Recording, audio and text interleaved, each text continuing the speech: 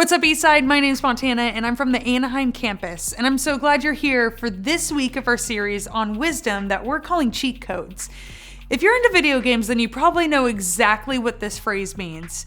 If not, if you're like me and I'm like, what's that? Let me help you out. Video game cheat codes are the different hacks that can help you do things like advance to new levels, get special powers, and generally like win the game faster. Basically, if you have the specific cheat code, you have a shortcut to win. So today, we're talking about something kind of similar, but instead of video games, we're talking about God. And if we want to live the life God has for us, then God says that wisdom is actually our cheat code to help us win at life. And before we jump in, I want to show you what that means and kind of what it looks like in life, right? I want you to think about a choice you made that didn't end up the way you thought it would. Like a time for cat. Check this out. So some of you may not know this about me, but I have another name. I go by Auntie Cat. I have a lot of nieces and nephews, and there was a time where I thought I was doing a great job. I had all of my sister's kids over for a sleepover. I got them to bed before midnight and woke up early in the morning, and I was like, okay, I'm gonna make pancakes. So I asked my sister where her pancake mix was, and she laughed at me because she doesn't use pancake mix. She makes pancakes from scratch. And I was like, okay, all right, okay, I still got this. I'm still Auntie Cat. And I looked up a recipe for pancakes, and I put all the ingredients together, and I whipped up this batch of pancakes. They smelled great. I let my sister's kids put as much syrup on them as they wanted, and I waited while I watched him take the first bite. And my poor nephew, he bit into these pancakes covered in syrup and made this face. And then he started getting tears in his eyes, and he spit them out and said they were icky. I was devastated. What did I do wrong? I followed the recipe. I used all the ingredients. Wait a minute. Did you guys know that there's a difference between baking powder and baking soda? So what I had whipped up as I was being, Auntie Cat and getting everything together was the world's saltiest pancakes. So, needless to say, not gonna make pancakes from scratch again. I still salvaged breakfast. We had cereal and it was delicious. But things don't always go the way we plan. All right. Now, maybe it wasn't pancakes. However, like Kat, I think you should try it again. Maybe you haven't made that decision that turned out that way, but reality is we have choices to make every single day. Sometimes the choices we make are great, like when you speak kindly to your younger brother, even when he's annoying you. I know that's a hard one. When you invite the new kid to hang out because you know they're trying to make new friends. When you show up to practice and work really hard. When you congratulate the other team for winning, even though your team lost. And when you take the trash out the first time you're asked without complaining. Those are all great choices. But other times, our choices aren't so great. Like when you leave a mean comment on someone's TikTok or Snapchat. When you talk about a friend behind their back. When you lie to your teacher because you chose not to do your homework. Or when you get a bad grade and hide it from the adults you live with, even though you know they'll eventually find out. When you yell at the referee because your team is about to lose the game. Or when you choose to date someone even though you're not allowed to date yet. All of these choices and attitudes, the good and the not so good, can tell us a lot about who we are. They show us and other people the kind of person that we really are. It's our character. See, your character is who you are even when no one's watching. It's the way you choose to live your life and how you treat others. So those great choices and attitudes, those are things that are going to build your character in a positive way.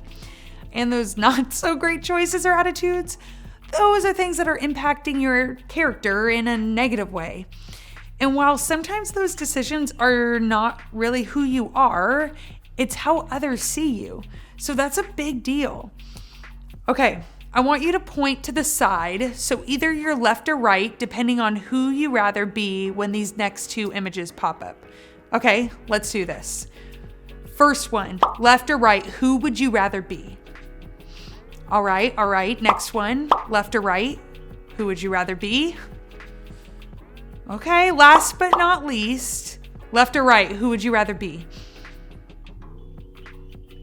All right, some tough choices, right? Like I kind of want to be all of them because all of them have some really awesome qualities about them. You see, when it comes to deciding who we're going to be and actually becoming people with good character, there's a lot to think about. But you guys, there are things you can do to become that kind of person, the person you want to be. And that's exactly what we're actually going to be talking about today. So back to our cheat codes. Here's a little cheat code I have for you. If you want the kind of life God has for you, then you have to start with wisdom. And what is wisdom exactly? Well, wisdom is doing what's best for you and the people around you. It's not just what's right, it's what's best. It's being able to navigate all situations for the good of everybody. Wisdom helps you see the right way forward when life gets complicated and a little messy. Now, I don't know about you, but that sounds like the kind of stuff I want for my life. I want people to believe that I'm choosing what's best, that I want what's good for myself and for others, that I keep trying to do good even when life gets hard, that I'm wise. I mean, that all sounds so good to me. So my next question is, how do we get there? Well, one cool thing about wisdom is that it comes from God.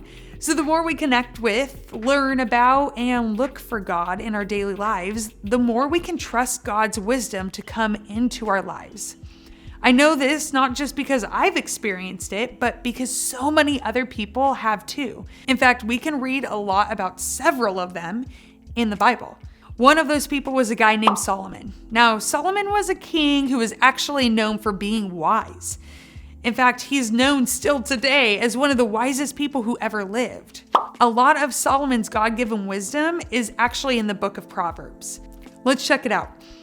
In Proverbs 4:25, it says, "Look straight ahead and fix your eyes on what lies before you." Basically, Solomon knew that there are a ton of distractions that have the potential to take our focus off what we're working towards. That we need to keep focus on building good character and not letting anything else distract us. Then he went on to say this, "Mark out a straight path for your feet. Stay on the safe path. Don't get sidetracked. Keep your feet from following evil." Have you ever been on a hike through nature? Sometimes when you're hiking, there's more than one path you can take on the trail.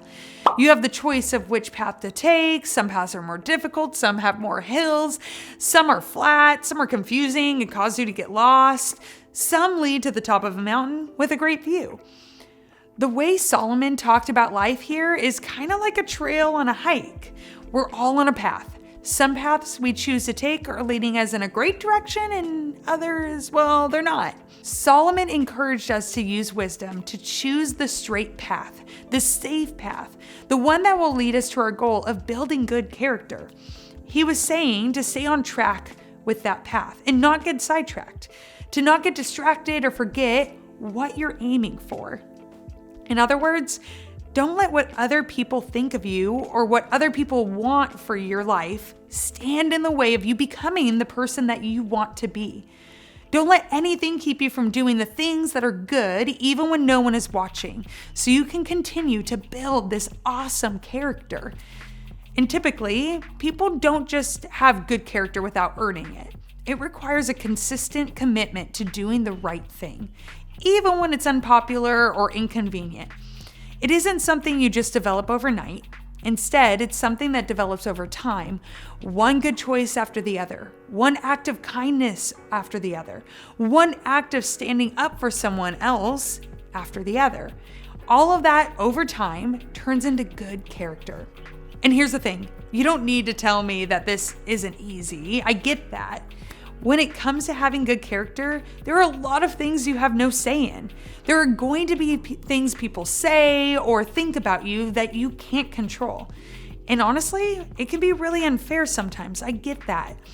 But instead of giving up if that happens, you can choose wisdom in every step you take.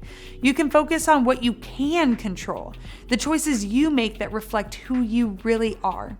Because your character matters, and that's something you can always control, no matter what else is trying to distract you. You can control the way you treat other people. You can control the way you show up and work hard at practice. You can control the choices you make that impact your life and the lives of others. You can control the friends you keep close or let influence your life. And you can control the way you connect with and look to God for wisdom. And wisdom is where it starts. When we use wisdom to live how God calls us to live, it's reflected in our character. So if you want to be known as someone with good character, then how you look to God for wisdom is shown in who you are, even when no one is watching. So what exactly do we do with this? If wisdom is the cheat code, how do we apply wisdom to our character? Well, I think we can start by asking ourselves 2 questions. 1, who do you want to be? What qualities do you want to have? When people hear your name, how do you want them to describe you? When you think about who you are on the inside, how do you want to describe yourself? And number 2, is the way you're living now helping you get there? Are the things you're doing or saying helping you build good character? Are the decisions you're making helping you get where you want to be? Because your character matters. Now, as we head into our small groups, I hope you'll take some time to open up about all of this with them. We created small groups to be a safe space for you to talk openly and ask questions honestly. It's a chance to share what you're learning and processing with others who can encourage you and support you along the way. It's a great place to start being known for who you really are. And I want you to think about this question as you go into your small groups. What's one thing you already do that's building your character?